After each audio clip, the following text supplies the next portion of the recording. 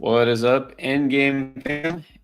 It's the end of week 17, which for a lot of you, that's it. This is going to be the end of your fantasy football season. Of course, some of you are still going to hang on until week 18, and we'll still be here for you as well to some extent.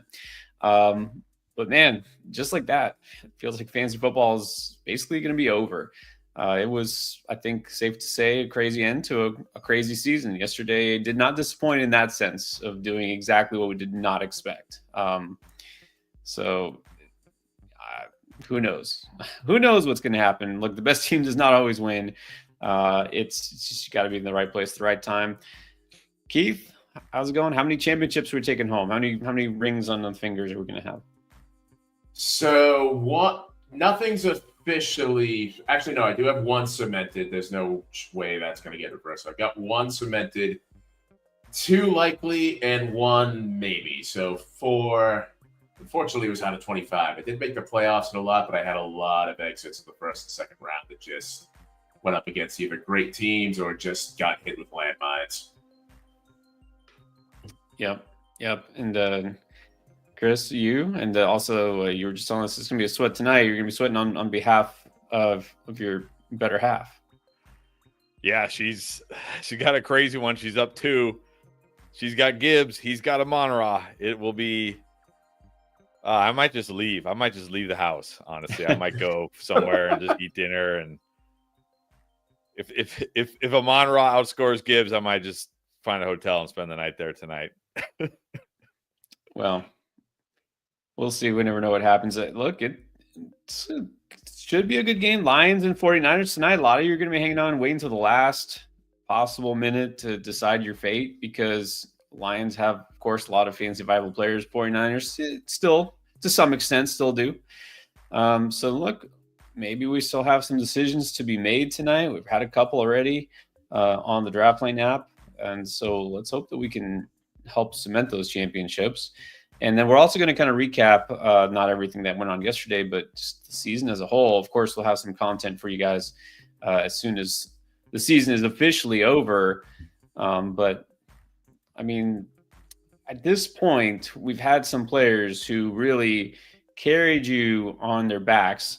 And a couple of them just like, yeah, I'm done. I'm good. I'm tired. Like Joe Mixon. Just let you off there. Saquon Barkley, I think, did pretty well. I think he picked up the slack. But if you had to say, again, based on where they were drafted, their contribution, the regular season, and the fantasy playoffs, because let's face it, it doesn't really matter how great they were weeks 1 through 14, does it? Like, it doesn't matter if they don't do anything for you at the end. Who should be the fantasy MVP? I don't know that is there really like a clear-cut favorite? For favorites for the playoffs, almost everybody had some ups and downs. There really wasn't a lot of guys that were consistent all the way through. Obviously, the guy that led you to a championship, and I know, Pierre, I'm expecting a very, very disappointed feeling with this, but T. Higgins, championship savior. Didn't think we would see that for week 1, but I mean, as far as fantasy MVP goes this year, I think we've got to go with Jamar Chase. He was looking for that contract. He was looking for that bag. He didn't get it. He went out there. He earned whatever he's going to get for a contract. Number 1 receiver, number 1 scorer in all of fantasy outside of quarterbacks. He was phenomenal almost all year. Had some solid games at this point. He certainly didn't kill you throughout any stretch of the playoffs. He just didn't do 3 touchdown performances like T. Higgins did. Yeah, I think if we're looking at the whole season, it's Jamar Chase. He didn't go nuts in the fantasy playoffs. I think he only had like 1 20-point game, but he was like right there around 20 points every single game. So I think over the whole season, and Barkley kind of the same thing, right? Barkley didn't really go. He was good in the fantasy playoffs, but not, fantastic in the I shouldn't say that. He wasn't like elite in the fantasy playoffs like he was all season long. So I think if we're going to look at the MVP over the course of the entire season, I do think it has to be Chase. But I will say I did consider saying Jaden Daniels. Because not only was Jaden Daniels one of the last quarterbacks drafted in every draft if he was even drafted. But if you take out those 2 games where he played Pittsburgh and Philly with those rib injuries, he was pretty much great in every single game. And he was the leading scorer going into tonight, of course, in the fantasy football playoffs. He was he was the QB7, the QB1, and the QB3, I think, in the fantasy playoffs, like carrying teams when it mattered most as well, and carrying Washington when it mattered most as well. So I actually did think about making Jaden Daniels the fantasy MVP, but then again, he's a quarterback, and you had quarterbacks like Lamar and Josh Allen and Joe Burrow, who are also, even guys like Baker Mayfield, who were like awesome almost all year, week in and week out. Whereas there weren't many wide receivers that were close to Chase on a week in and week out basis. So I think Chase has to get the MVP over the course of the season. But I think if we did a playoff MVP, I would give it to Jaden Daniels. Yeah, and that's what I look at is, if hypothetically, if the guy who was the 1.1 wasn't a complete massive waste of a pick, like I think even if the guy who's the 1-1 or 1-2 is the best player in fantasy, you're like, okay, that's what he was supposed to do. You know what I mean? So I like to look for somebody who was drafted a little bit later. It doesn't have to be a late or undrafted player, like late pick. So I mean, I'm torn here, honestly. Like you said, Jaden Daniels is such a great value because, again, he wasn't necessarily drafted high at all. If you waited on QB, that was pretty good. But there are several other quarterbacks who also kind of carried you and were also amazing. Joe Burrow, I have to admit, was just lights out basically the entire season, except for those first couple of games. I want to say Derrick Henry because I picked him as league winner, and he had that one game, and it happened to be week 15. So that's the unfortunate thing is some teams probably got bounced early in the first round of the playoffs, and he let you down. But then he picked it back up the next 2 weeks. Same thing with Saquon. But Saquon wasn't a first round pick in a lot of leagues, right? People were worried. People were worried that Jalen Hurts, he's gonna vulture touchdowns, right? What is he gonna be like? And so I kind of want to give it to Saquon, but I'll tell you what, the guy who probably almost quietly has been dominant throughout the second half of the season and during the fantasy playoffs is Bijan Robinson. I mean, we just don't even realize 2 touchdowns each of the last 2 weeks, and he's become a bell cow. That's what we were waiting for. So just to be different, I'll go with Bijan Robinson. Okay. Yeah, actually that's a good point. It's kind of surprising to me, like all these talks about all these running backs and wide receivers. And I don't hear anybody talking about Bijan Robinson, and this guy's been dominant, an absolute stud this year. Really, like since week 6, he's only had one bad game really since week 6. I mean, just every week, just giving you 20 plus fantasy points, and it's like, Bijan. Exactly. Weird. It's odd for a guy who was a first round pick, and everybody knows, he's just one of the best RBs in the league to just kind of go under the radar. I guess because he plays for the Falcons. I don't know, but and he was better in the second half, and he's been dominant basically the second half of the season. So I'll vote for that. So that leads to the question, though. We're gonna start talking 2025 because why wait? I'll have more details on that later, but for right now, I mean, between the guys who you think could be considered the best, the MVPs for this year, what do you think the top 5 is going to look like next year? Sneak preview. Well, should we just count down? Should we just start with like who's the number 1 pick? Who you got, Keith? Who's number 1 next year? For me, it's Chase. He's put up such monster games that he's got week winning upside just by himself. Demonstrated that last year, demonstrated it this year as well. The leading scorer outside of quarterbacks. There's no reason to not put him number 1. And not to mention, I mean, we could also do hypotheticals as far as situations for next year. There's no scenario really other than injury where Chase isn't dominant again next year. I just don't see a way where he's not going to return first round value. He would be my top pick for next year. Yeah, I agree. And I can't think of a reason why I couldn't also go Justin Jefferson again, but agreed, Chase. Whether T. Higgins stays or goes or doesn't matter, I think it doesn't matter. It obviously doesn't matter. Yeah, I think Chase probably will be the consensus one. The question is then after that, do you go receiver like Justin Jefferson, or do you go a Saquon? Do you go a Bijan, or another route? I mean, what if Malik Neighbors gets a stud quarterback like a Cam Ward? I don't know. What if? I couldn't go. I would go Jefferson at 2. I think I know now that like it's probably going to be Sam Darnold again next year. I don't see how the Vikings can let Sam Darnold walk after this year, especially with JJ McCarthy. We still don't know his status, right? He's had some setbacks with the knee. We don't know his status. I gotta imagine they're going to do whatever they can to make sure Sam Darnold is back next year. I got to put Jefferson at 2. I mean, this guy, there's no reason to doubt him. There's no reason to doubt him.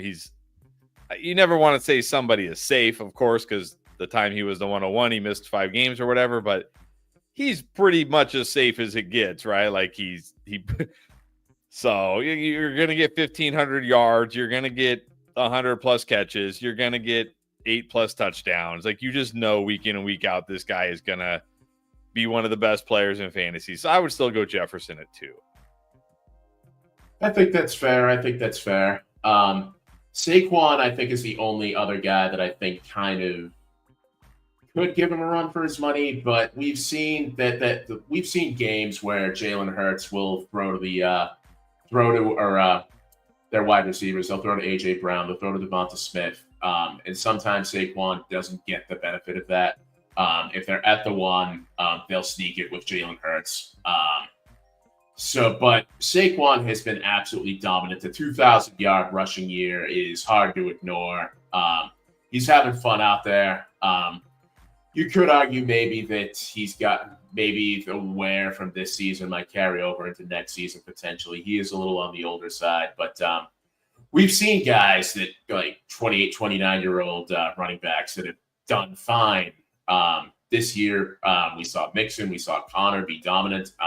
There's no reason to think Saquon can't do it either. But I think Jefferson is safer overall, but I think it's probably 2-3 right there. We've got I'd go Jefferson and then Saquon. And that's pretty much what I'm doing. I mean, again, it's hard to make a case against any of these players, and getting Saquon, look at the massive advantage he gave you this year. I don't know. Maybe I'm still stuck in that RBs are riskier mindset, even though they clearly are not this year. But how can you ever doubt Justin Jefferson? Like, you know what you're getting there. So I'll probably go Jefferson 2. I'm going to go Saquon 3. Keith, that sound like what you're doing. Chris, you agree Saquon 3? I'm actually going to go Bijan number 3. I'm going to put Saquon at 4. Only because historically, and by historically, I mean the 7 or 8 other times it's happened, running backs coming off a 2,000-yard season tend to not be nearly as good the next year because A, it's hard to run for 2,000 yards ever, and B, it takes a toll. It takes a toll on a running back. Now I'll still gonna put Saquon at 4. I'm not gonna be out on Saquon next year. I'm not gonna call Saquon a bust because that's dumb. But I just feel a little bit better about Bijan. Not only the fact that he's younger, I honestly, for as good as Saquon was this year, and Saquon was great, if you watch Bijan, I feel, is a better running back than Saquon Barkley. Bijan turns losses into positive gains almost every time. Like, he rarely loses yardage. He rarely even gets hit by the first guy, let alone tackled by the first guy. And he catches way more passes. He's way more involved in the passing game than Saquon. So I just feel a little better about Bijan going into next year as far as like, what's the one thing like you, if your first round pick turns into CMC, your season is pretty much over, right? Like, I mean, I know there's people are going to be like, well, I drafted CMC and still won. Like, yeah, in your 8-team, 10-team casual league, sure. But in like competitive leagues, if you took CMC with the 101 this year, you probably didn't do very well. So give me Bijan. I just feel slightly safer about him, less wear and tear on his body, younger, the pass catching, but I'll put Saquon at 4. I can get behind that. I'd still am going with Saquon at 3, but for all the reasons you said, Bijan I don't think has hit his ceiling yet. So I think RB1 could be in the cards for him next season. But between next year and this year and next, who knows what happens as far as their O-line is concerned, their quarterback situation, a lot of question marks in Atlanta next year. And who knows, maybe they'll do something a little bit dopey and sign another running back to give Bijan some company, which would be devastating. But we know the type of player Bijan is. He's definitely number 4. And one thing that could be a factor, it's possible Philly makes a deep playoff run and gets more carries for Barkley. Maybe that's a factor, like you said, Chris, already 2,000 yards and, a lot of usage. If we've seen a lot of times those players where they have those deep postseason runs, the next year start out kind of slow. So just something to think about. I don't think either one is a bad choice, though. So now here's the problem. Number 5, we haven't talked about probably the 2 players that were the 1-1 in pretty much every draft this year. Either it was CMC, and if it wasn't, it was CD Lamb. Do either of those guys make the top 5 for next year, or you got somebody else? I am stuck between those 2 and Puka Nacua for number 5. Puka has been, when he's been on the field, he's been absolutely electric. He's Matt Stafford's favorite target right now. Kupp and everybody else, as far as receiving chops, is pretty much an afterthought on that team. Puka plays with intensity.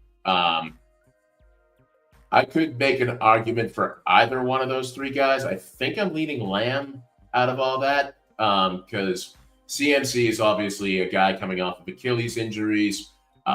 We don't know for sure whether or not we're going to see prime CMC ever again. We might see the more rundown CMC we saw for a couple games this season. He's a very big risk, but we know the upside he has if he's back to prime level. But that said, I think it sounds like the Cowboys are going to be keeping McCarthy. It sounds like we're going to get another year out of them. If McCarthy doesn't go anywhere and they don't make any adjustments to their defense, I think Lamb will be the guy you'd want to have. But it's very close between those 3 guys for me. Yeah, I'm pretty solidly going Lamb here. Because, again, I now feel good. Like, we've now seen Lamb with Dak, with Cooper Rush, and it doesn't matter. It doesn't matter. Unless the Cowboys do something drastic, like, sign T. Higgins or somebody like that who could absolutely funnel targets away from Lamb, he's going to get all the targets. He's such a good player. Like, they're just players that, like, it doesn't matter. Like, Lamb, to me, if you have CeeDee Lamb, even this year with Cooper Rush, he's just a set and forget every year, very high floor. And when Dak is healthy, he also has a very high ceiling. So I think right now I would go Lamb at 5. But I will say this is where it starts to get like you could talk me into some other guys. I don't know if I could go CMC this high. I still think CMC needs to be in the first round for sure. But there's some things like I would need to know, like, is Trent Williams back? Is he healthy? Is CMC fully healthy going into next year, right? There's a lot of things here. But I do think CMC still needs to be a first rounder. But I just feel, again, like I'm not too worried about Lamb outright killing me next year. Of course, you never know. Anything can happen. But so I just feel good about Lamb at 5, personally. Yeah, agree. I think Lamb still does belong in the top 5. What we saw with Dak out is he's just going to be the alpha no matter what, depending on, like you said, if they do something at receiver, which doesn't seem like, I don't know, Jerry Jones hasn't shown too much interest in, like, I don't know, improving the team or anything. So I think Lamb will be a pretty safe bet at 5. I'm going to tell you, though, I'd be tempted if Cam Ward is a Giant. Be tempted by Neighbors. I don't know, an actual quarterback. Just look what he did with Drew Lock. Can you imagine with Well, okay. In fairness, he did that one game with Drew Lock. That was a great game yesterday, and if you started Neighbors, he won you the championship. But we can't ignore the previous X amount of weeks where he was good. He was good, like not taking. And Neighbors. We know Neighbors has the talent. Neighbors has the talent to be in that Jefferson Chase tier.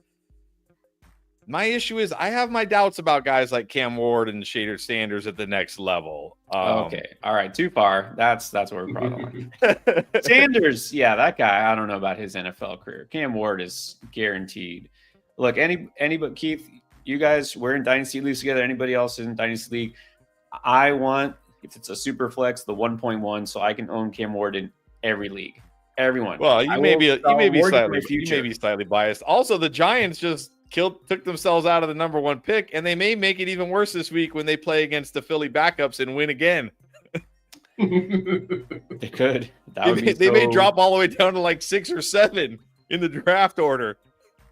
That'd be such a Giant thing to do. The one cool thing about the 101 is it's currently in the hands of the Patriots. The Patriots have to beat the Bills backups in order to lose that. I don't think that's going to happen. The Patriots look horrible.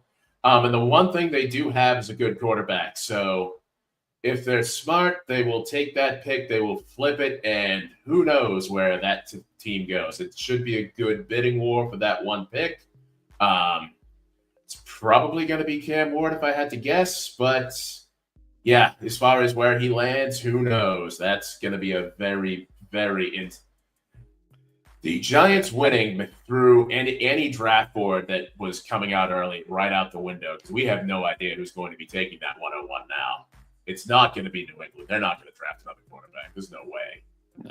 Yeah, I do think Neighbors will probably need to be in the first round next year, assuming they don't roll into next season with Drew Lock and Tommy DeVito, like assuming that they do anything decent at quarterback, which it's the Giants. Let's not already just a lot of people last year just assumed they weren't going to roll with Drew Lock or with Daniel Jones again, and they did. It's the Giants. They not the best managed team there, but assuming it's any quarterback that's halfway decent, I do think Neighbors at least needs to be a first rounder because one thing you got to feel good about, at least the Giants do just funnel the offense through him.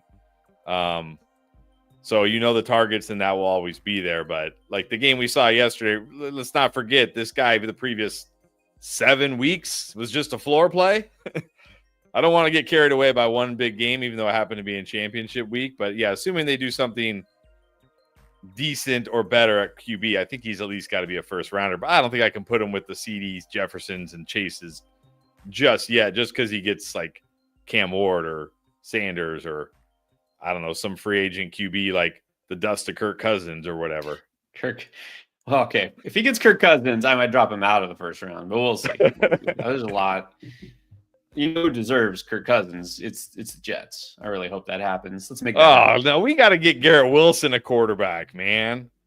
Well, come on. No, we need to get Garrett Wilson to another team. That's what we. Well, that's true. That'd be even better. Yes. Let the Jets roll into next year with Aaron Rodgers and Devontae Adams and get Garrett Wilson and Sauce Gardner somewhere else, please. Well, New York, there's a place where great, talented football players go to rot.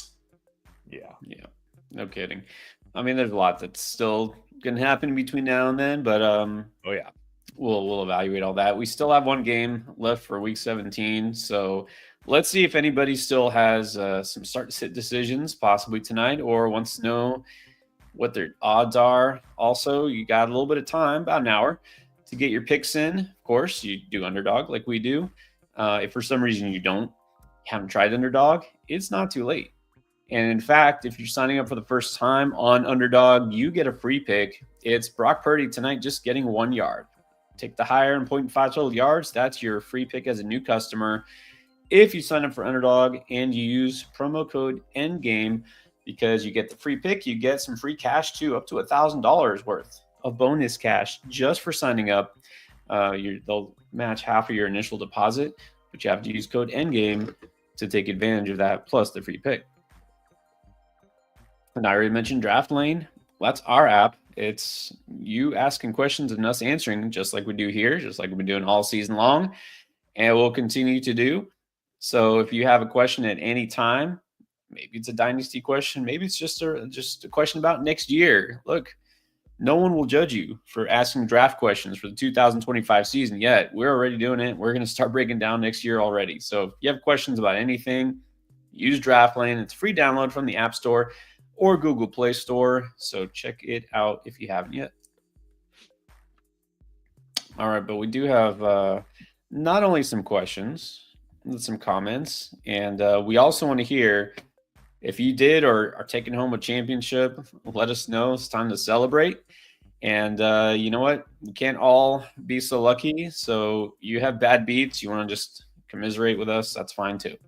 Let's start actually with Jin Lignum. So first of all, giving a thanks to DraftLane and Endgame. First year playing Dynasty, almost took it home, lost because, well, Baker and Evans just predictably went off, and Achane and Connor just did not. But hey. Well, that's first year Dynasty. That's pretty good. Most people don't even know what they're doing first year Dynasty. So that's really good, Jim. Yeah. Yeah, finals for the championship. That's a very, very good good debut for sure. Lost by 21. That's rough. Baker Evans was a very, very tough tandem to beat this year for sure. Yeah, 5 touchdowns. I mean, we knew Evans would probably have a big game, but yeah, you can't play defense. That's the problem. Is you sometimes you run into a buzzsaw and you can't do anything about it. And then Achane win. But that's awesome, Jim. I mean, you're obviously in good shape for next year already. Okay, Christian Diaz, 1984, saying thank you for the help all season long. Yeah, and Happy New Year. That's also around the corner. So he's up 32 going against Purdy and Kittle, but he gets to start either Jennings or Debo, and it's non-PPR. Who's the play?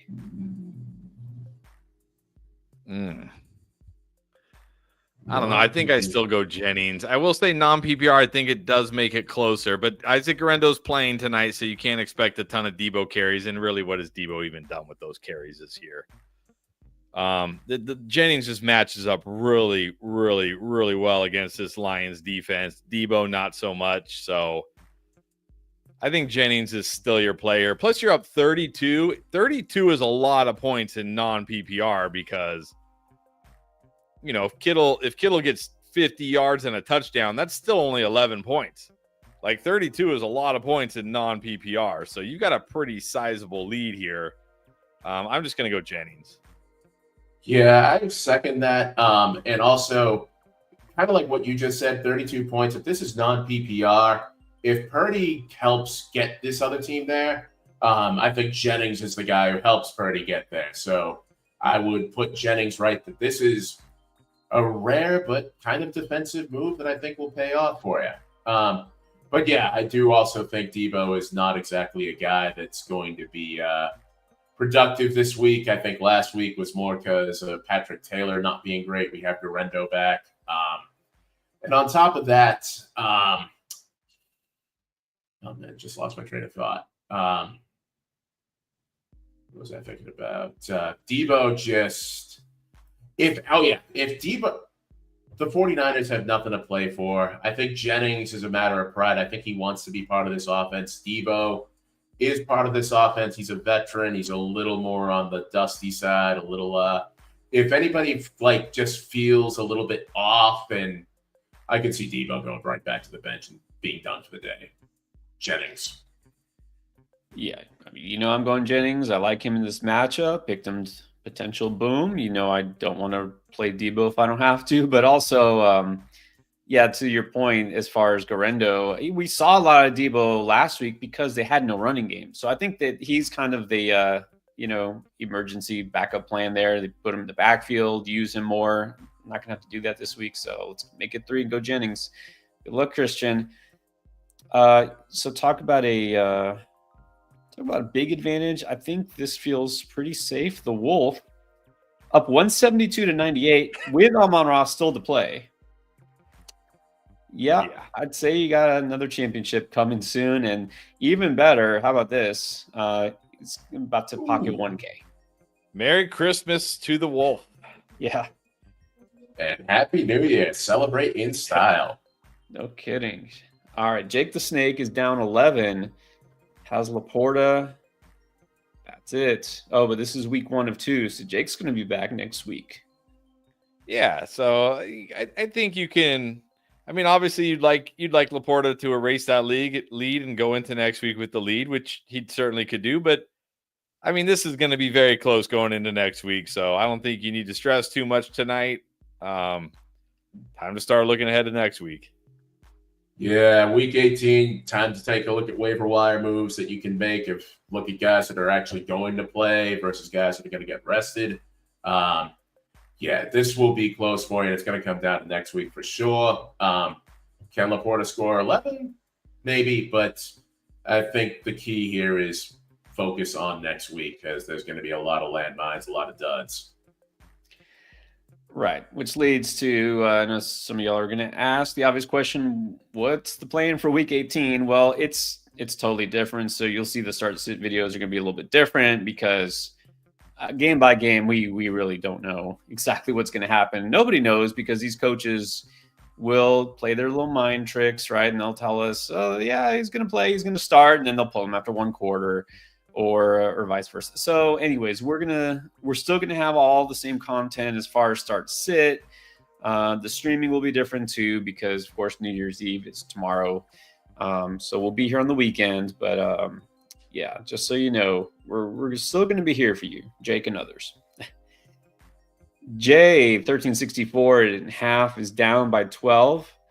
The op is done. Have St. Brown and Laporta. I think you got it. Yeah, I think you're good. And I see some people in the chat worried that the Lions, because this game doesn't mean anything for the Lions, it's all about next week, that they're going to rest the starters. Dan Campbell, let me see if I can pull up his he does not care. No. He does not know restraints. No, like you obviously have not been watching Dan Campbell.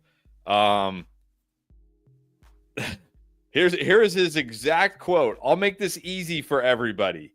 We are bringing everything we've got to this game, and we are playing. I don't care what it looks like. We're going out to play and win this game. This is Dan Campbell. Like, don't worry. They're going to play the entire game, unless they're just, if they're somehow destroying them, then of course. But they're going to play to win. So, yeah, I think you got this, Jay. Yeah, I think you got it. Yeah, kneecaps will continue to be bitten all the way through week 18, so don't worry. Man, is there gonna be how excited are you guys for? I could not wait for Sunday Night Football next week. Vikings Lions. Oh yeah, that is going to be such a great game. Yes, that's going to be a good one. At least we have something. It's. I mean, I know a lot of it's usually wrapped up before the end of the season. I don't remember. Also, I don't remember a season where. I mean, there's one, maybe 2 games that matter, right? It's like every team is already locked in the playoffs. Like there's nothing to decide. Like it usually isn't all settled this early, but whatever. So Robert is either Jennings or St. Brown in almost every league. The insider allows you to do the things. All right. Well, yeah, okay. So he's not choosing. He's just like, I already got one of those guys. All right. Hopefully you get a lot of trophies, Robert, because I know you were in like 31 leagues, and didn't you make the finals in like 17 of them or something crazy like that? Yeah, a lot of trophies. Hopefully you get a lot of trophies. This is interesting. Robert saying we talked a little bit about the first 5 picks, not the first 5 rounds. He's saying he's going to take a QB earlier. Doesn't want to stream and shuffle QBs. I feel like this was a good year to stream QBs. But I guess he just doesn't want to have to deal with Kyler Murray anymore. I don't know. What do you think about that? Well, I totally get with not having to deal with Kyler Murray. But look, you could have, if you were streaming QBs, you could have. I mean, Burrow was being drafted after Kyler Murray this year. Honestly, Burrow was being drafted after him. Baker wasn't even being drafted. Goff wasn't. Nobody was drafting Sam Darnold because everybody thought J.J. McCarthy was going to eventually take the job. I mean, that's right. I feel like there are certain things. There not a lot of absolutes in fantasy football, but I feel like punting QB works almost every time. Like, sure, there's going to be years where you get it wrong, like anything in life. But you know what I mean? If you punted QB this year, and you ended up with Baker Mayfield, Sam Darnold, like Joe Burrow, you probably crushed everybody. Jaden Daniels, you crushed everybody. You crushed the team with Lamar because your players were so much better. Yeah, as far as the QB, like there were a lot of mid-range guys that just were not all that solid this year. If you drafted Josh Allen or Lamar, great. If you drafted Mahomes, you were streaming some weeks. If you drafted Stroud, you were probably not making anything happen for you. Anthony Richardson, Jordan Love, Kyler Murray, like all these kind of mid-round guys are kind of mad. Dak Prescott, granted that was injury, but yeah, there were a lot of mid-round QB busts that honestly, like, if anything, either go early or go late. Just don't, like, no half measures when it comes to QB. Either go get your guy early or punt, stream, because somebody's going to emerge. Yeah, I'll say one other thing. Like the night, because you kind of brought this up, Keith, a little bit indirectly.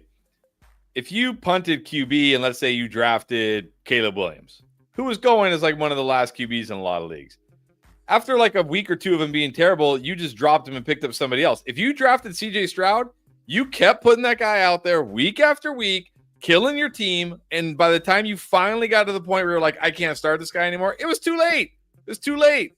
So that's another benefit of just waiting on QB. It's like, okay, I have no qualms dropping my 10th round QB if he stinks. Whereas if you drafted CJ Stroud this year or Patrick Mahomes, you just kept on starting them and kept on losing. Yeah. I'm never going to say you can't stream QB because there's always mid to late round QBs you could pick up and be fine with. So, but hey, if you want, again, I'll also say I was at one point, probably 2 years ago, very anti-early QB, and I can't be that anymore. As long as you're not taking like Josh Allen in the first round, which is just unnecessary. But you want Josh Allen, fine. I'm not against that anymore. All right. Yeah, no, there's nothing wrong with taking an early QB too. I'm just saying, like, don't feel like the only bad strategy is reaching for that elite early QB. Right. Exactly. Yeah, okay. So speaking of QBs. This guy was okay, but Cody wants to know. He said he's up 66, but going against Brock Purdy, cooked or not cooked? Unless your league like gives like 20-point passing touchdowns, even then you might not be cooked. Yeah, I think somebody in the Discord asked this, and I kind of gave a sarcastic answer. Yeah, you are far from cooked with 66 points. Like, unless you've got like long distance touchdown bonuses, points per completion, like even the scoring system that I use, 66 points, nobody's hitting that. No one this week hit it. I think the highest was like 50 something. Yeah, 66 points. There'd have to be some really funky scoring to happen here. You got this in the bag. Let's do a little early congratulations to Cody. What about Boomer? Now he's not done. It's week 1. He says he's up 37. So he's still going to need some help. So hang with us, Boomer, all this week. But already super grateful. Thank you. Appreciate it. I'm glad you're here, of course. Yeah, grateful to you. You're welcome, sir. And also a question, Boomer's asking about the underdog primetime daily draft.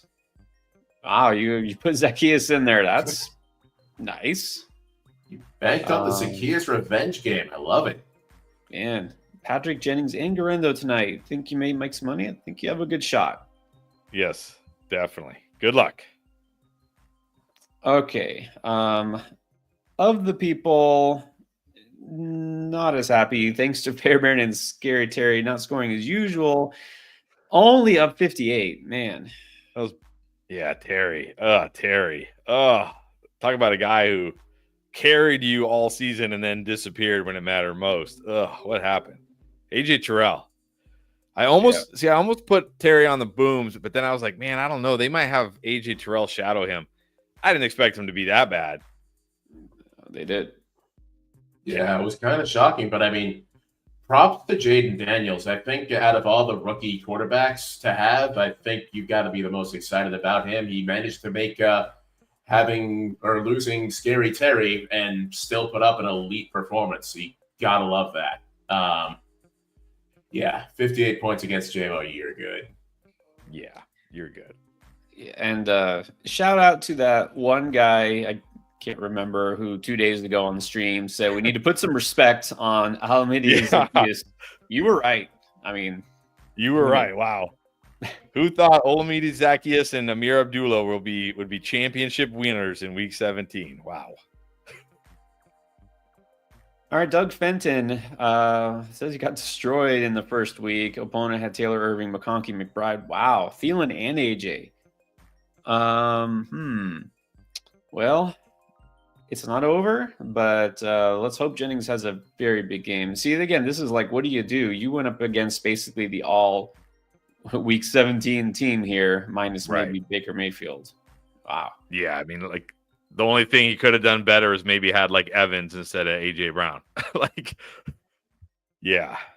But hey, maybe next week it works in your favor. Look, AJ Brown probably not going to play next week. Lad McConkey might barely play next week. We'll see.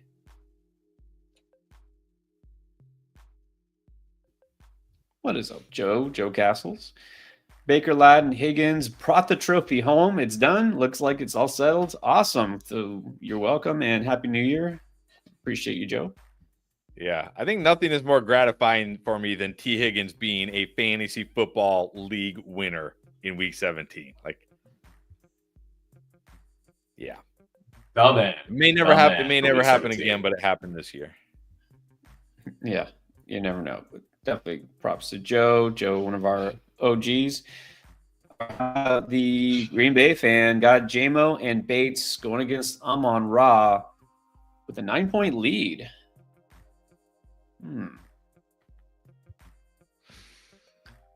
Ooh. Is Bates the kicker? I'm drawing a blank on him. Yeah, he's a kicker for the Lions. Sadly, we get a lot of kicker questions, and now I know too much about who kicks for what team. I mean, let's say Bates gets like 7 or 8. So you got, let's give you like a 15, 16 point lead. I think you're good. I mean, even if Amon-Ra goes for 20, Jameis only got to get you like 4 or 5. I think you're good here. You're going to be sweating, though. Yeah, this is definitely going to be a sweat, but I think you have a good shot. Unfortunately, you're going to be living by the JMO and potentially dying by the JMO here. If he booms, he gets you a long touchdown, you're set, probably can sit tight. If he doesn't, it's going to be dicey for you.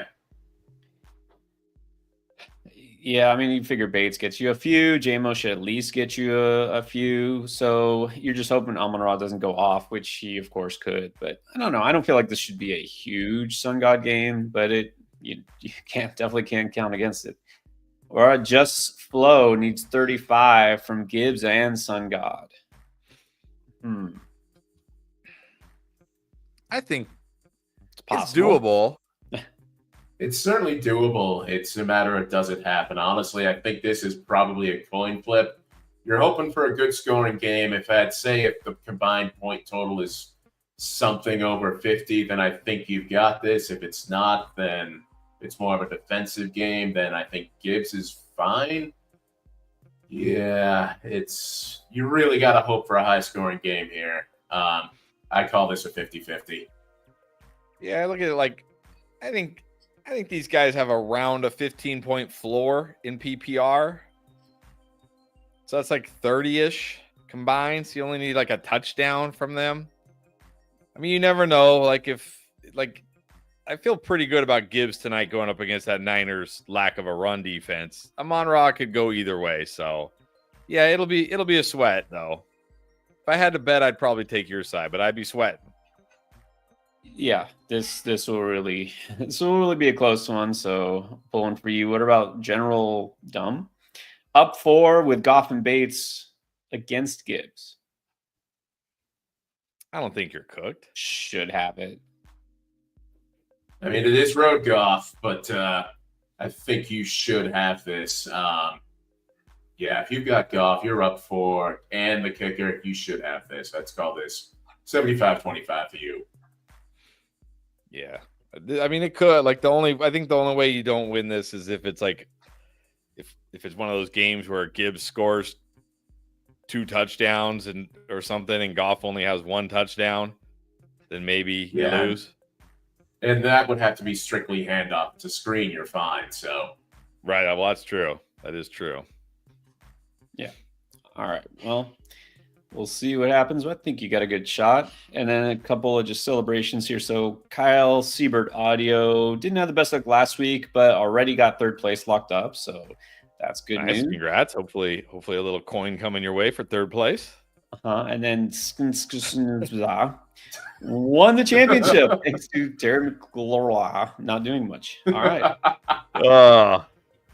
And Armando Wood already won. Saying thanks to us. All right. That's awesome. Congratulations. Congrats. Appreciate that. And Seahawks 2004 won the 2nd fantasy championship. Won last year. 2 back championships in 2 and 3 years. Man, that's pretty good. That's very good. Well done. Hopefully your Seahawks can figure it out eventually. Yeah. All right. Nemesis is about to take it home. Has 168 with Goff, and the opponent only has 123 with Laporta. This is the best. This is the best because now you just sit back and get to enjoy the game tonight. That's the best. No stress. Yeah, got this in the bag for sure. Well done. And saying had Burrow, Thielen, Evans, and Bucky most of the heavy lifting. Yeah, that's a pretty good group to have there. Yeah. All right. And I told Chris yesterday by text. I said you are never ever again allowed to doubt Adam Thielen as long as he plays. Even if he plays till he's 50, you always have to say. I don't have to doubt him for the 2024 in 2024 ever again. Oh. Put some respect on the man. All right. I mean, I'll be honest. It's pretty. Him and who was the other? Kelsey. Who was the other super old guy that did awesome yesterday? Kelsey. Who? Joe Flacco. Nah. He did all right. He was. It was. Anyways, one of the top scorers yesterday.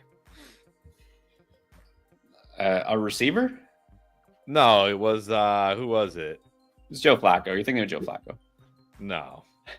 I mean, Kelsey Adam did go off this week. Adam Thielen and I don't remember, but there's another old guy who did great yesterday. Zach Ertz. Zach Ertz. Yes. Zach Ertz. Yes. I mean, not that old, but yeah, I guess for football age. Advanced Zach age. Ertz. I think he's like 34 years old. Yeah, I remember I had Zach Ertz on a dynasty team, the Rotoballer dynasty team. How long ago was that? He was like 27 or 28, and he broke the record for receptions. And he's still here. Here he is, still winning championships. Still, he's getting bonuses too. Okay, Alonzo Martinez won 1st and 3rd in 2 leagues. Nice, very nice. Nice. Well done. Rasheek Barron.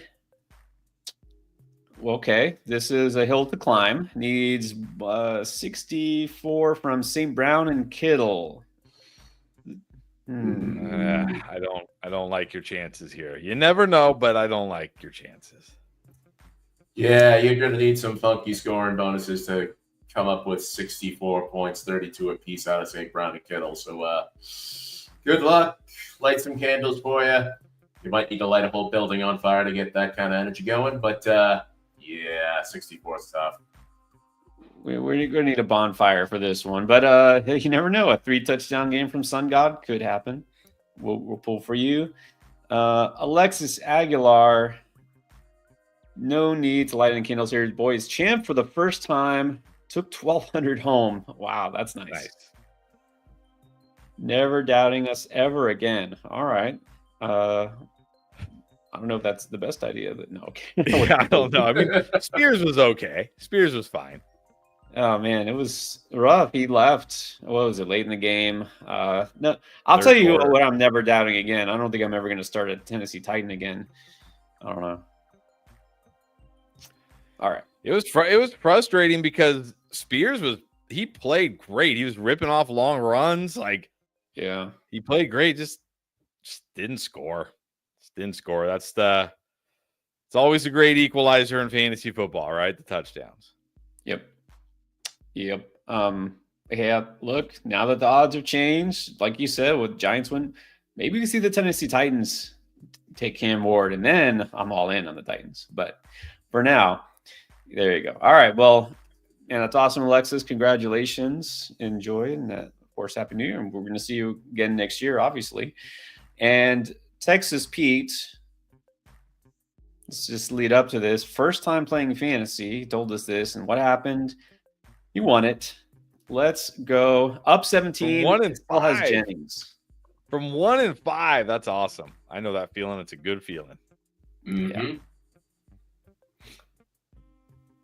Alexander's channel is up 26. The opponent has Debo.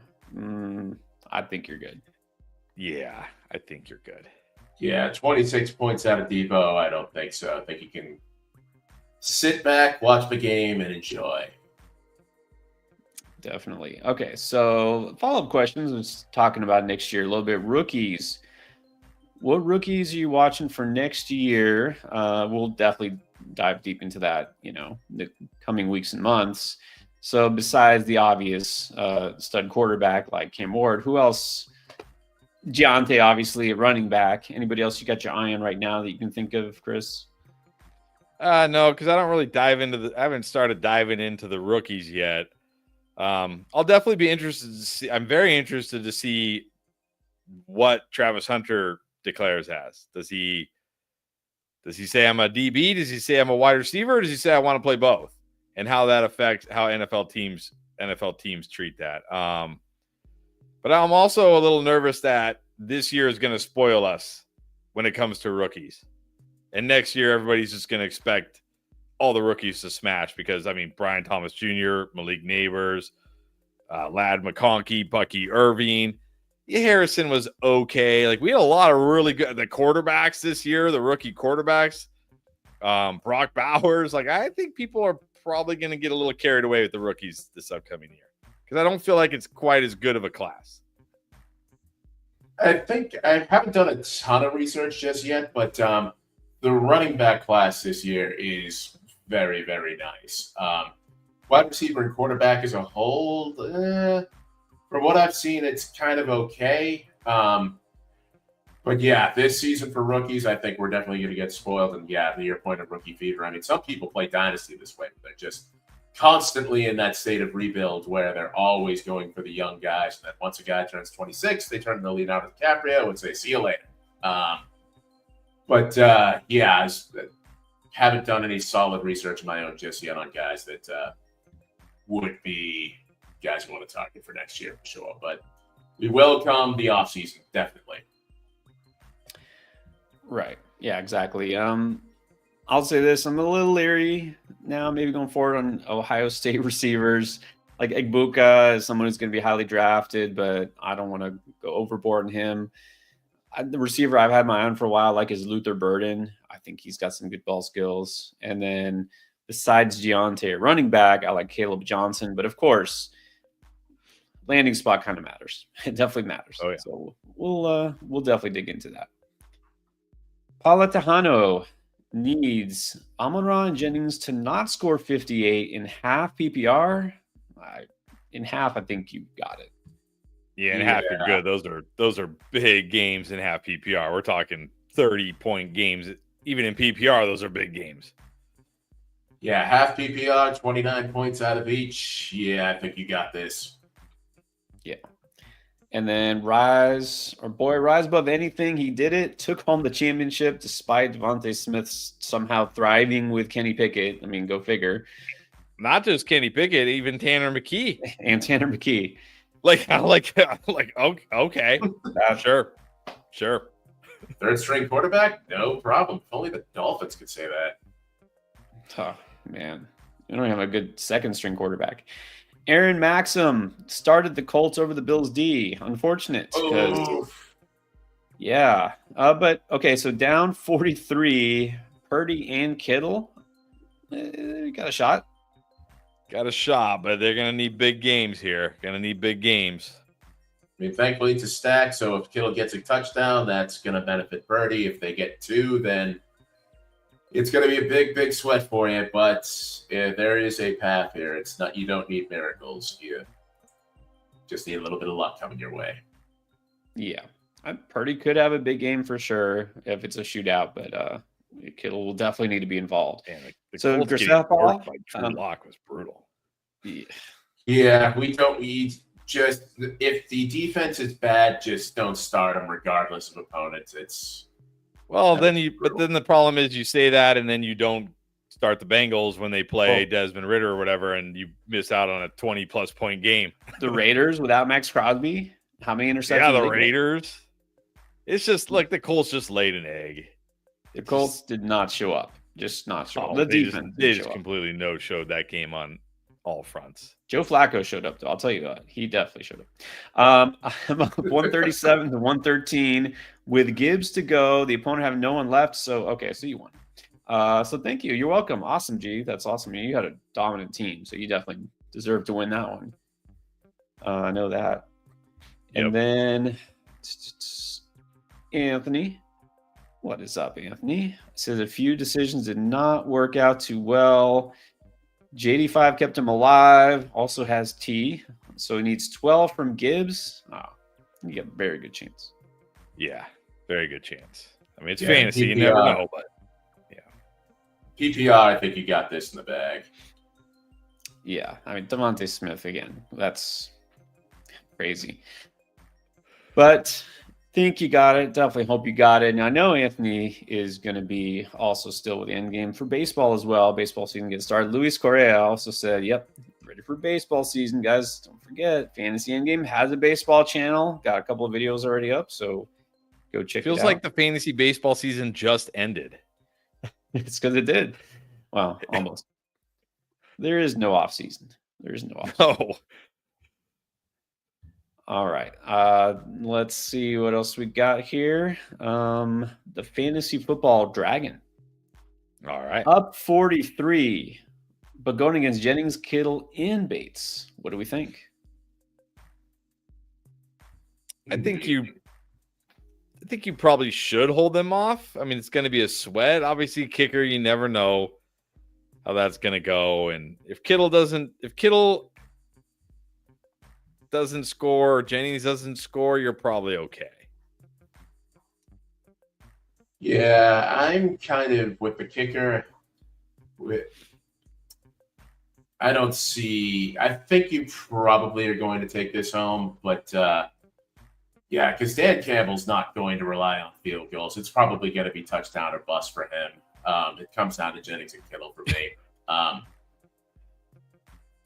Will they score 16, 17?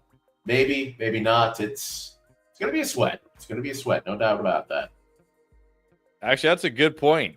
This game, meaningless game, maybe Dan Campbell may not kick the ball at all tonight. It may be like 4th and 10 from his own 1, and he's like, we're going for it, baby. Why not? Fake punts and whatever. You know how he rolls. Like, if it was like Purdy and Jennings or Purdy and Kittle, but I don't feel like Jennings and Kittle both have big games. I mean, I don't think they're just going to drop 50 on the line. So I think you got it, but of course, you never know. So good luck with that. And then we have Slayan. Already took home 1 championship, needs 24 from the Sun God to win 2. What do you think? Definitely a sweat. I hope this is PPR. If it's half or less, then don't think you're winning 2. But if it's full PPR, 24 points could happen, but you are in for a sweat for sure. If Amon-Ra scores, you're going to be in good shape. Yeah, it's doable. It's doable. Put it this way. Adrian Michael, no advice needed, just wants to say thank you. Very first year ever and got the championship. Wow, very nice. Go Roadrunners. Nice. Oh, got a San Antonio fan. Let me see. Where's my So we'll switch the hat just for you, Adrian. Here you go. Good, my Dolphins. I don't care that they won. You know they're not going to make the playoffs, right? So there we go. Go Roadrunners. All right. Let's get to Steven. Put up 189 and still lost by 30. Wow. Yeah, you had some duds. All right. Well, I don't know what to say. Yeah, Fantasy. if you survived all that, pain. Yeah. Jason McLaurin was shocking. Ramondre a little less so, but even I wasn't expecting not even a full point out of him. That was ugh. Yeah, it's just the way it goes sometimes. That game on Thursday was just horrible, right? Okay, fine. Jason wasn't gonna have a big game. McLaurin doing nothing. That's pretty rough. But all right, taking a break. Look, I understand some people need a break. They can't keep up with it. It can be a little nerve-wracking sometimes. It can. All right, let's see. John Wickering. What if Cousins goes to the Giants? We talked about this earlier. What do you think about that? how far we got to drop Malik Neighbors? Do we drop him with sure, Cousins has been bad, but are we comparing him to Tommy DeVito and I don't True. Yeah, I really don't know if that works. That's true. It's still better than those guys. Yeah, but if Cousins goes to the Giants, I mean, I was on the fence of having Malik Neighbors the first round pick, but if Cousins is on the Giants, he's definitely going to be latter half of the first round, possibly early second when we get to that point. But yeah, I wouldn't be too happy about Cousins joining the Giants. It's not who they need. And here's the thing, somebody. He will go somewhere and be a starting quarterback. It's just how it is. It's just how this league is. They recycle coaches, recycle quarterbacks. It's going to happen. It's amazing how much money Cousins has made over his career. Yet, how many playoff wins does he have? Exactly. Just, who knows? The real Superman is up 50 going against Gibbs, but you got Kittle. Even if you didn't have Kittle, you'd have this one. Yeah. If you were going against Gibbs and Kittle, this would be a legitimate question. But yeah, enjoy this. You got it in the bag. Well done. Yep. Well, we're going to say congrats. You got a real championship. And then, Rate Owner, thank you for conquering the Money League. That's a good feeling. Okay. Sorry, make sure we get to everyone. Joe Emerson down 10.14, but got GMO and Laporta. It's PPR. You should be good. You should. They should. This is like 5 points each. I mean, they should be able to erase this. Yeah, you just gotta hope they don't lay eggs like Terry McLaurin did, and I don't think that's gonna happen tonight. And Carlos Zavala is up 3 with Kittle and JMO going against only Laporta. Again, you should be good here because Kittle should outscore Laporta. You never know, but he should. And you got JMO there, and you have a 3-point lead. Yeah, you're good. I've only got like a mild concern with Kittle just because we know his injury history, and I feel like if he goes out there and anything starts hurting, he's just going to be, I'm done. Bench me. But as long as that doesn't happen, you should be in good shape.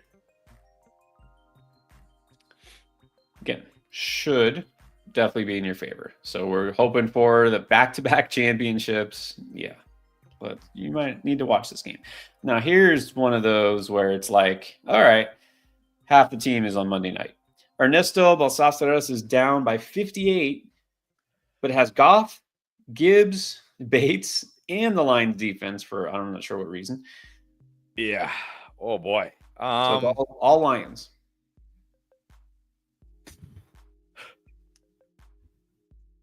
I gotta be honest, I think I might be dropping the defense here. I'll just take the 0 on that front right now. I don't think they're gonna get a negative, do you? They could. Brock Purdy's playing for a contract. He wants to be a millionaire finally. They could.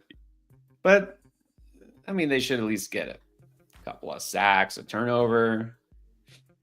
Yeah, I mean, yeah, they should at least get some sacks. Like they might not get a bunch of points, but they should at least get you a point or two.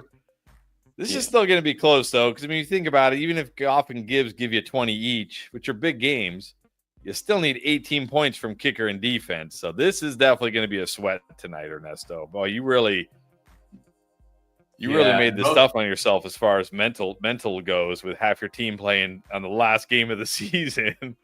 Yeah, the Detroit defense. What had to happen for you to want to start them this week? Ugh. Yeah, I mean, I take back what I said about benching them, but because you need every point you can get. But man, I'd be sweating big for this one. Yeah. So I guess go Lions. We'll see. You got a shot. You definitely got a shot. Robert Higuera is up 15. Opponent has Purdy and Gibbs. So now we have a decision to make. Garendo or JMO? Oh, man. Basically has to counter Gibbs and Purdy. Yeah, because Purdy, even if Purdy is just okay tonight, he's probably going to erase his 15-point deficit. Yeah. So you need to overcome Gibbs. I don't think Garendo can match Gibbs unless Garendo, falls in the end zone twice, or if Gibbs just doesn't score tonight. You might just need to gamble on Jameson having the big game here. Yeah, I agree. I think you need to gamble with the big play of JMO. Garendo, I don't expect is going to be worth too much. And you said if Purdy in a 15-point lead is pretty much going to be a wash. So you need to beat Gibbs. I don't think Garendo's got that capability. Give me Jameson Williams. Yep. Let's go JMO here. Go for the upside. It's kind of hard to trust Garendo. Not a great matchup, and I just don't know. All right. Well, good luck, Robert. What about David Dick is up 3 with Gibbs going up against Laporta and Garendo? It's going to be close. It's going to be close. It's going to be close. Yep. But if I had to bet, I would bet on your side. I think this is probably a 60-40 for you. Yeah, I agree. It's really just going to come down to, as it often does Laporta score? Does Garendo score? Does Gibbs not score tonight? You're going to be sweating, but again, if I had to bet, I'd pick your side. Right. You got the best player going here, so you got a good shot. Tyler Moore won it thanks to us. All right, score. Wow, barely. Wow, but that was a sweat. That was a sweat. Nice. Congrats, Tyler Moore. Got the championship. Rel is in the championship game up 2. Has Gibbs and JMO versus the Sun God. Safe? I don't know about safe. Are you ever safe in fantasy? You're never safe in fantasy football unless you're up 60 or something. But you should win this. You have a 2-point lead. You have Gibbs and St. Brown. I'd be surprised if one of them, you never know, but if one of them had a phenomenal game and the other one was really bad. And you also have Jameson here, so I definitely would rather be on your side. Right. You should feel confident, but a little nervous. Just a little nervous. Healthy nerves never hurt anybody. Cable 570 is down 28.3 with Gibbs and Bates. Can he do it? I think you got a shot here for sure. I was going to say, I do worry about whether or not Bates gets used at all with Dan Campbell this week. But Gibbs, if Bates gets you, if he kicks nothing but extra points, that's probably going to be a field goal, a couple extra points. He gets you 5, 6. Gives you Gibbs with 22. Can he make that? Sure. Will he? It's an ask. Definitely going to be sweating. Hopefully this is PPR. If it's not, then it's going to be tough. Yep. Definitely going to be a major sweat here, Cable. Good luck. Good luck. Yeah, because you're going to need a big Gibbs game either way, which is always possible. But yeah, I would definitely be nervous on this side. We'll see. All right, now P Says, thanks for everything we do. I'm going to defend my trophy in my first league and win the trophy in my second league. Nice. Shout out to the Fantasy Endgame. All right. Good news. Awesome. We'll be here all off season, by the way. Yeah, I'll be firing. If you're in the Discord, I'll be firing up some Dynasty leagues if you want in on that. So, yeah, with Dynasty, the fun never stops. There you go. That's the great thing about it, right? Trades, all that. Yep. Jaleel Clark also won the league. Awesome. Good. Woohoo! Nice job. Ernesto. Yeah, we already did that one. Okay. So John, this is back when we were talking about the quarterback thing. He's saying the guy who drafted Josh Allen in the third round finished 8th. So it didn't pay off with early QB. But I don't think it was because of Josh Allen. Right. I could probably show you teams that draft Josh Allen and dominated, draft Josh Allen. Yeah, exactly. Yeah, there you go, brother Charles Johnson. See? Exactly. I can show you teams that picked up Baker Mayfield off the waiver wire and probably won their league. So it goes either way. Yeah, I mean, it sounds a little simplistic, but it really comes down to who did you draft in the first and second round. I mean, if you drafted in the first round and you took CMC. Yeah, if you took Saquon Barkley, okay, Bijan Robinson. So it's not always that simple, right? To just say draft QB early, don't draft QB early. It could go either way. Jay now says he would like to try Dynasty. Well, there you go. There you go. It is okay. Well, Keith, you commission some Dynasty leagues. Of course, we do too, but. I know some people are worried to jump into it. They're like, oh, it's too much, right? It's like it's year long. It's they get overwhelmed by it. It's really not that different, is it? Yeah, I mean, everybody has their own scoring settings, and I kind of tend to tweak my own. But I was going to say, if there's enough interest, I mean, I've got no problem running a more basic league if we've got enough interest and people want to join in on that just to kind of try it out, get their feet wet. But if I commission it, I'm going to be in it. So... And if I'm in it, yeah, good luck is the best I can say. Maybe that'll be a team that I intentionally go for, like a rebuild style build. But there's a lot of different strategies for Dynasty League, and it's fun. If you're on the fence about it, try it. And yeah, if you're in the Discord, tag me, and yeah, we can definitely get something going here for sure. If we got enough people looking to have like kind of a basic league for sure. Exactly. Yeah, I just put the Discord link in the chat. So if you're interested, Jay, obviously you are, but anybody else that wants to try Dynasty or just wants to join new Dynasty leagues, hop in the Discord. That's right. And we do have a Dynasty startups and orphans channel. So there's always somebody looking for quality team owner. So check it out. Okay, a couple more people want to know about tonight. Alex Flowers. Well, I don't think you're worried about this. Up 70 with Amon-Ra left, so it's a win. Yeah, congrats, Alex. Brian Duckett. Okay, now he's down 22, but got St. Brown, Gibbs, and Moody. I think you'll cover. Yeah, I like your chances a lot here, Brian. Yeah. Now, this does not have any context, but I think I know. Anthony Jackson, Amon-Ra or Jennings? I still got to go Amon-Ra, St. Brown. Yeah, for sure, Amon-Ra. He's a must start. You don't sit Amon-Ra St. Brown. There's really no need to sit Amon-Ra St. Brown. I like Jennings this week, but I'm also realistic. It's Amon-Ra. So whatever you need, go for it. And then here's Rate Owner again. Actually dropped a super chat, so thank you. And he's saying thanks for making some tough decisions. Won the ship, first time playing. Oh, thank you. Wow. You definitely won. Man, by over 100. Nice. You smashed. Well done. Man, who did you have? Well, I've got to have some ideas. Beat the number one team. Man, that feels good, right? Yes. Okay. And then Dennis Johnson, here's some good news. He says, after years of making it to the ship and losing, he finally won it all. Despite Achane, had JD, Puka, Neighbors, Kelsey, Bucky, and the Eagles. So there we go. Congrats, Dennis. Yeah, there you go.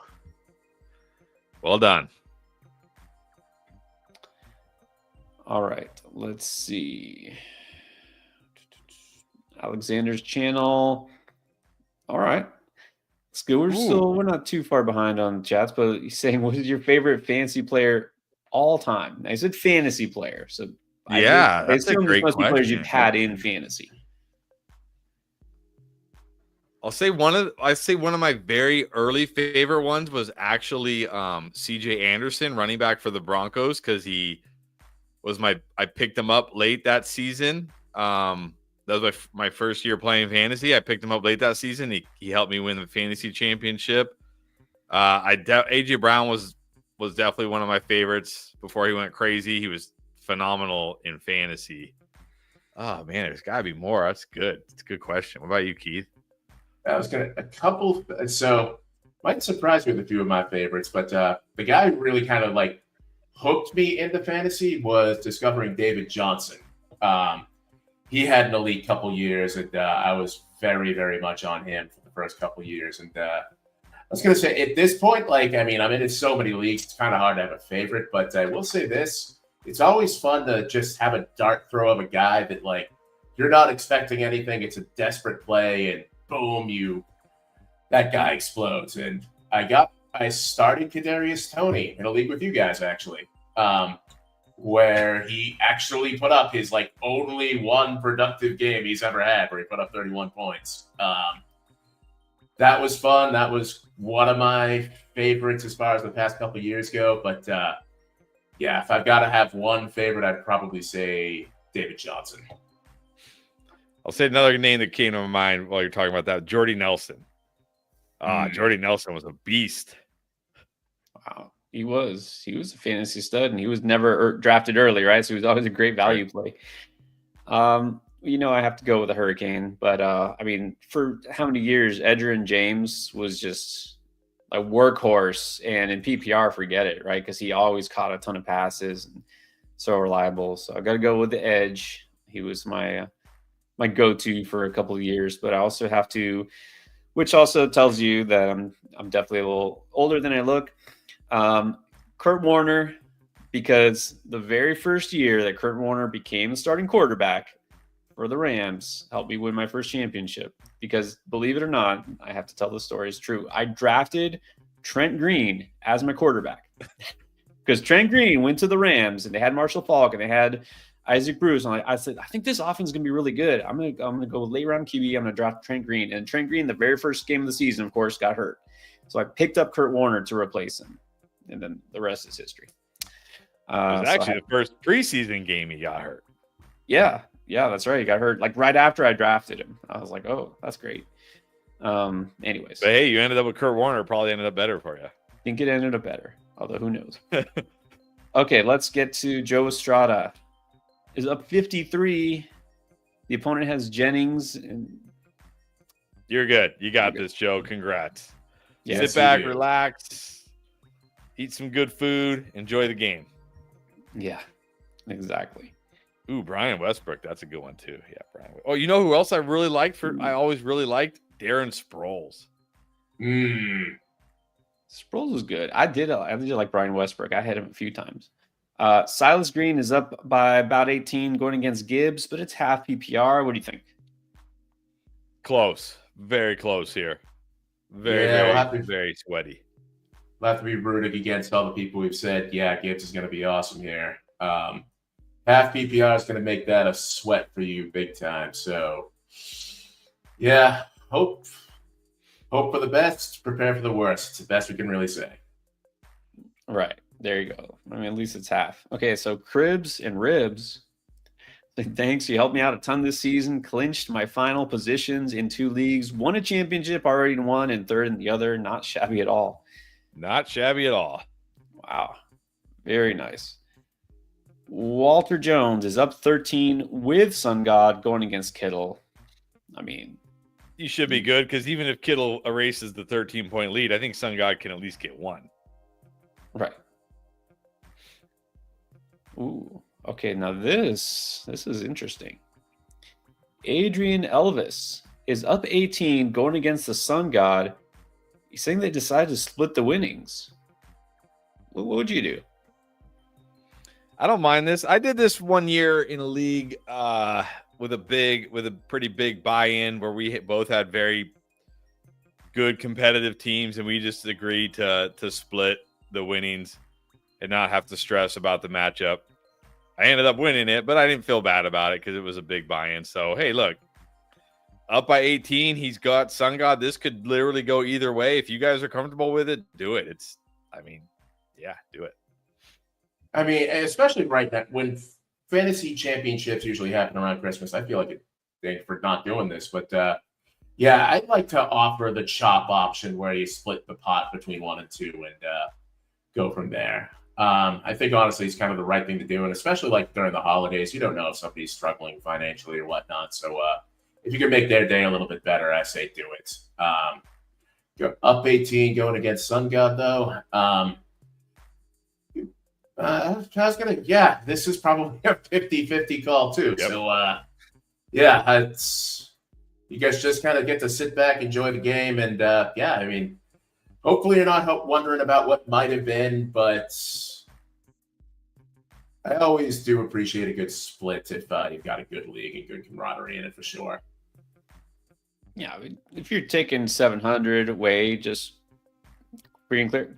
I can't argue with that, right? Because 18, Sun God could definitely do this.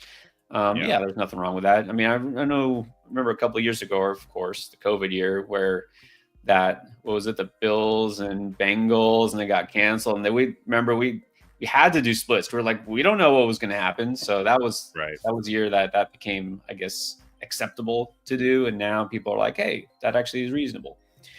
I mean, it helped alleviate some of the stress of the championship week. If you're like, okay, we're gonna split, you don't care too much if you win or lose, unless your league has like a cool trophy or something. I mean, you still care, you still want to win, but at least you know, like, hey, because some leagues it might be like first place gets way more than second place, and like, losing a heartbreaker costs you a lot of money. Yeah, there's a lot of winner take all leagues, which I don't like doing. I think second place absolutely needs a prize unless it's like an 8-man league. Yeah.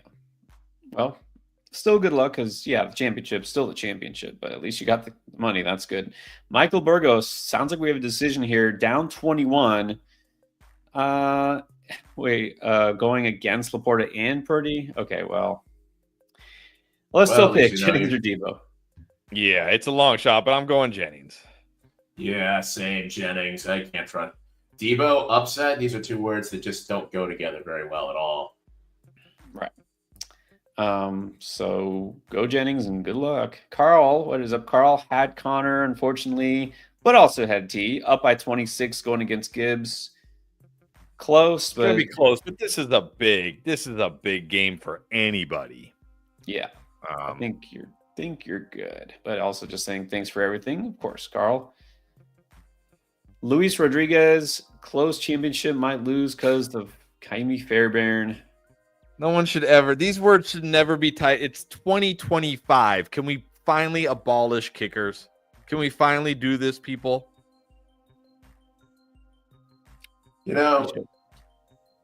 I like the idea in theory, but also playing against guys that pick up guys like Justin Tucker in the 9th round is sometimes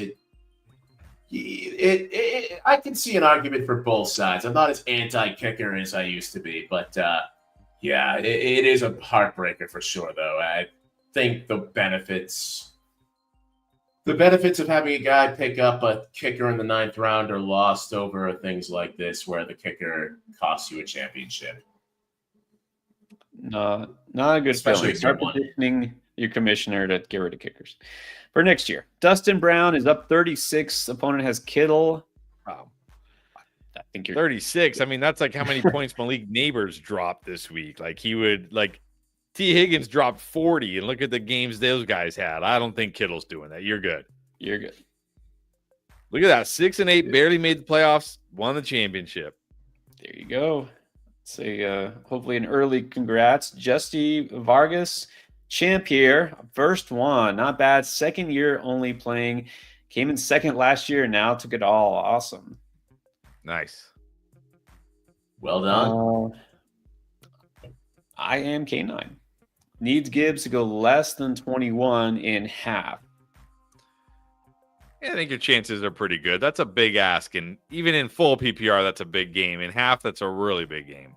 Yeah, 21 and a half. I think you got a good shot. Very good shot. Jason Burris is down 44 going against the Lions D, but you got Gibbs, St. Brown, and Purdy. I actually think you have a good shot. Yeah, I mean, I think you have a good shot here. I mean, let's say Lions defense gets him like 5, which seems like a lot for the Lions defense tonight. 49. I mean, Purdy, all these guys could go for 20 plus. Yeah, and so. Purdy's going to be eating against the Detroit defense as well. Gibbs, St. Brown should probably get you about 40 themselves.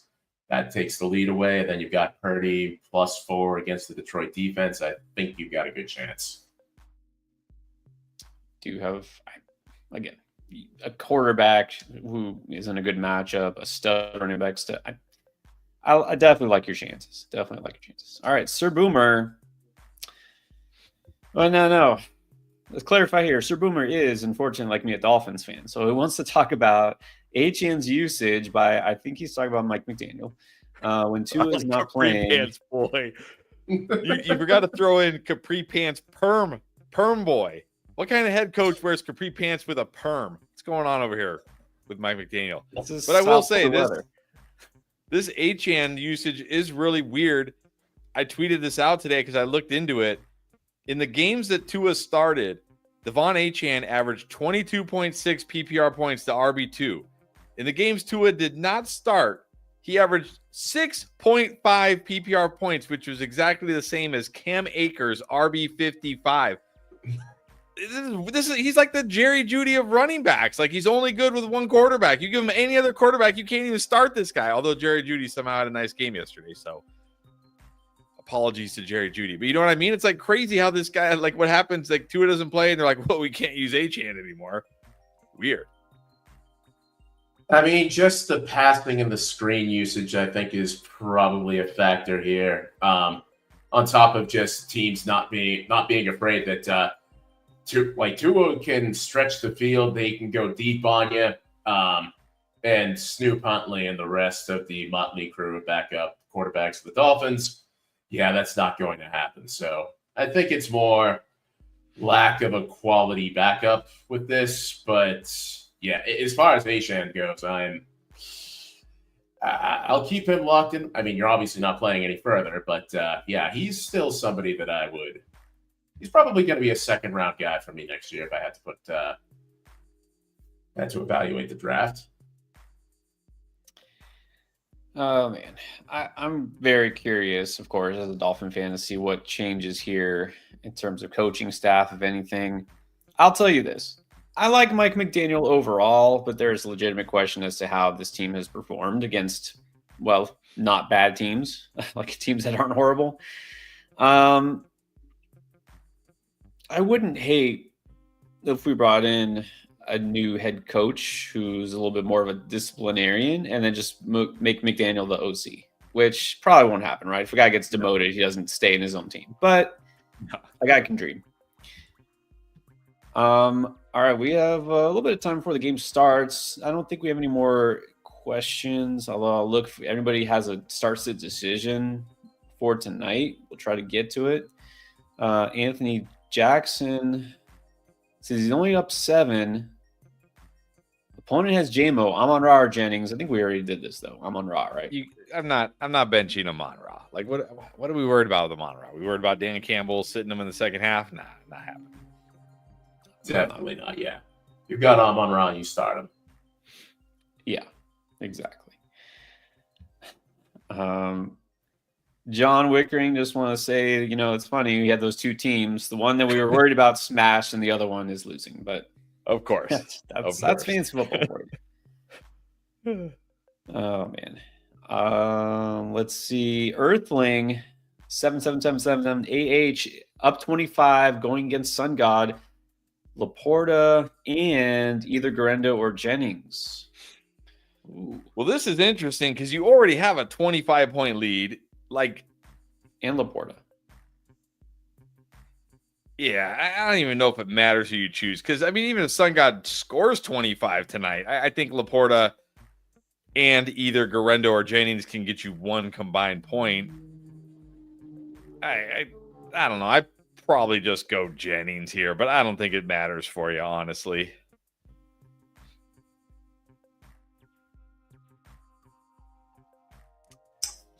Yeah. Going up against Sun God. Laporta, Garendo. Jennings, I think, is the guy here. Garendo, I think, gets you safe points, but I don't like if this is PPR, I'm assuming, and if it is PPR, I'm going Jennings. If it's half or less, I think I would gamble on Garendo just because I want a little stability. But I do think Jennings is going to have a fairly decent game this week. And normally, I mean, you're kind of looking for a floor because you have the lead, but Garendo's not one of the running backs I can say I feel pretty safe about him. Like the floor is what? Nothing. I mean, the floor is that after 5 carries, he sprains his foot and he leaves the game. So I would go Jennings. He should get something. And this is, again, more of a pass funnel defense. So I feel good enough about the receivers.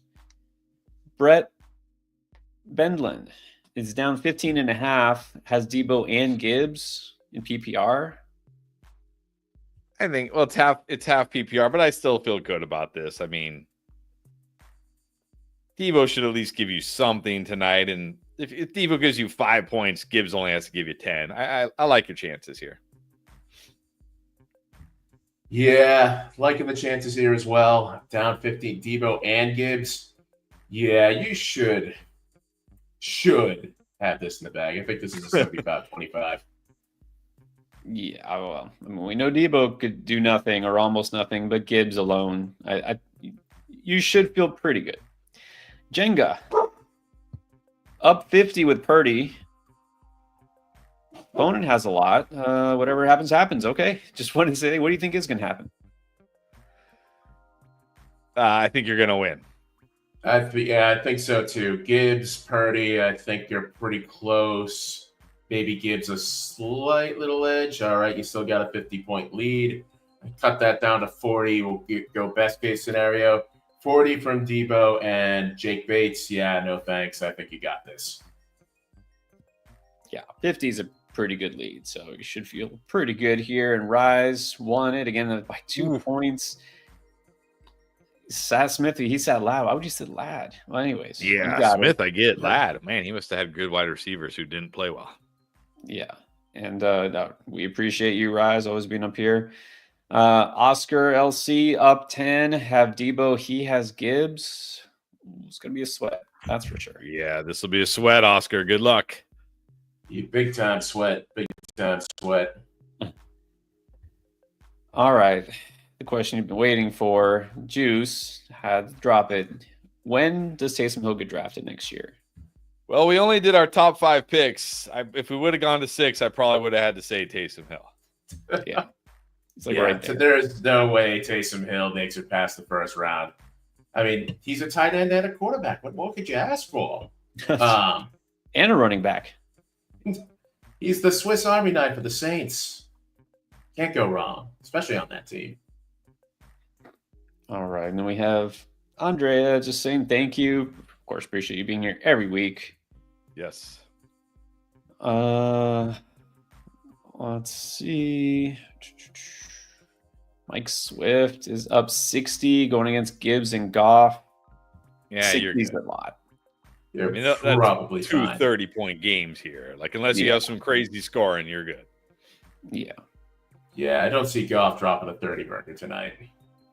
Right. Derek Lee's up 31. Opponent has Goff. There you go. I should feel pretty good. Yeah. The Niner fan 13 had Terry and Aubrey. Oh, I remember we asked about Aubrey, and he got how many points? One? Down by 27. Have Goff and Garendo going against Kittle. I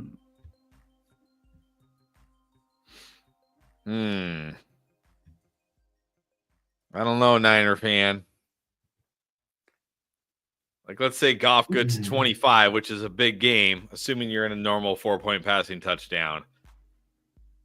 I mean, if Garendo gets 15, Kittle only needs 13. Those are big games for those guys. I don't know, Yeah, Niner fan. I'm pulling for you, though. I'm pulling for you. I hope you win. Poor Niner fan having to root against Kittle having a good game. Yeah, right. Yeah, Goff and Garendo, they'll probably get you 27, 30, maybe 35 points, but yeah, it all comes down to whether or not Kittle has a good game too or not. It's going to be a tough ask. I mean, this is tough because if you had even just gotten like 15 combined points from Terry and your kicker, you'd probably have a good chance to win. Kickers, can't trust them. How about this by Allen? He's up by 4. You're worried that Gibbs will fumble 4 times. I don't think you have to worry about this because I don't think if Gibbs fumbled 3 times, Dan Campbell would let him go out there to fumble a 4th time. Well, Correct. Good point. Good point. I think you're good, Allen. But good luck. Antonio Moya needs 11. Has Gibbs. Should be good. Nothing's As guaranteed. long as it's not PPR, you probably got this in the bag. Yeah, probably. And then Chris Laborde. What's up, Chris? Guys, what's up? 34 with Bates. He has Gibbs, JMO, Kittle, and the Lions, but this is non-PPR. Oh, that's a big lead in non-PPR again. Because let's say Bates only gets you 6, which is like a few extra points and a field goal. That's a 40-point lead. That is a big game in non-PPR. That's a lot of points. Because remember, even like 50 yards is only 5 points. 100 yards is only 10 points. You don't get it. You know what I mean? So I think you're good here. I think you're good. Yeah, you would need all these opponents to score on you, and that I don't see all these guys scoring on you. So, and Detroit defense, I don't think they're going to be doing great either. So, I think you got this. I'd say 75-25. You got this. Right, non-PPR, you would need almost all those guys to score touchdowns, or somebody like Gibbs to score multiple touchdowns. Which again, it's not out of the realm of possibility, but you should be feeling fairly good, Chris. But of course, we're rooting for you. And we always rooting for Brian Forth. What's up, Brian? Yes. Down 20 with Purdy versus their Goff and JMO in Keith scoring, which apparently is his own thing. What do you think about this one? Well, hey, last time you told us to lie to you, we did, and it ended up working out for you. Maybe it'll work out for you here too. I was going to say, Goff gets hurt. JMO doesn't do anything with the backup quarterback. Hooker is not so good. It could happen. Yeah, you are praying for the outdoor Goff to just be a pumpkin. Purdy's going to be all right. But yeah, JMO gets a long bomb. This is all over for you. Right. Again, never say die, never say never. You don't know what could happen. Jay Swole is up 66. Brock would have to score 66 in order for me to lose. So let's just say congrats. Yes. Congrats, well done. You win. 66. Yes. Yeah. All right. And speaking of, that game is about to start. So last couple things here. We have Boomer. Let's super chat this. He says, finally, there's somebody can hate on together. I actually like Mike McDaniel. I just don't understand why the head coach of an NFL team wears capri pants and has a perm. That's it. That's all I'm saying. South Florida. Anything goes. Yeah, well, maybe that's why the Dolphins can't be good teams. I don't know. Well, this is true. Mike McDaniel does not strike me as a particularly tough guy. Is the thing. It's like, Dan Campbell, I can see leading his man, like leading football players through walls to break down guys. And I can see Mike McDaniel being like, oh, no, that's too tough for me. Yeah, it's big time. He's pretty much the opposite of Dan Campbell. Yes. Pretty much. Yes. He is the nerdy analyst, and Dan Campbell is the man who will lead men through hell. Yes. You know what? This is what I'm saying. Not that it'll happen, but McDaniel calling plays, great. Fine. Yes. Hire Robert Saleh as the head coach, because he could be a good head coach, but he was basically undermined, cut under by, I don't know, a certain quarterback in the Jets organization. I think he could be a good coach in the right situation. But that's a guy who's like a defensive guy, disciplinarian, and like that's what we need. Agreed. Yeah, Mike McDaniel, fantastic offensive coordinator. Probably not built to be a head coach. Right. Well, we'll see what happens. And then Anthony is just saying things. Yeah, let's see what happens. Some people will win or lose tonight, but whatever happens, it'll be whatever the fantasy gods have predestined for us. But good luck to everybody, whoever still needs anything for tonight. And if you still need stuff for week 18, hey, we will still have videos for you, and we'll stream a couple of times. We won't be here for tomorrow night because, of course, everyone's got some New Year's plans, I'm sure, at some point or another. And Jay Swole jumping in here also, just say thank you for a great season. Appreciate it. No, we should be thanking you guys, everyone. You're very welcome. For being with us at any point, whether you've been here since week 1, year 1, or just joined us this past couple of days, whatever it is. We appreciate all of you guys. Hit the like button, subscribe if you haven't yet. Thanks, of course, to Keith for joining us on Mondays and being a vital part of the in-game community, because that's what it's all about. All you guys. And by the way, for anybody curious, Deebo Samuel has all 3 carries so far for the 49ers. So, of course he does. Of course he does. Oh, man. All right. Well, good luck to everybody for the rest of tonight, and we'll hopefully see you still the rest of this week.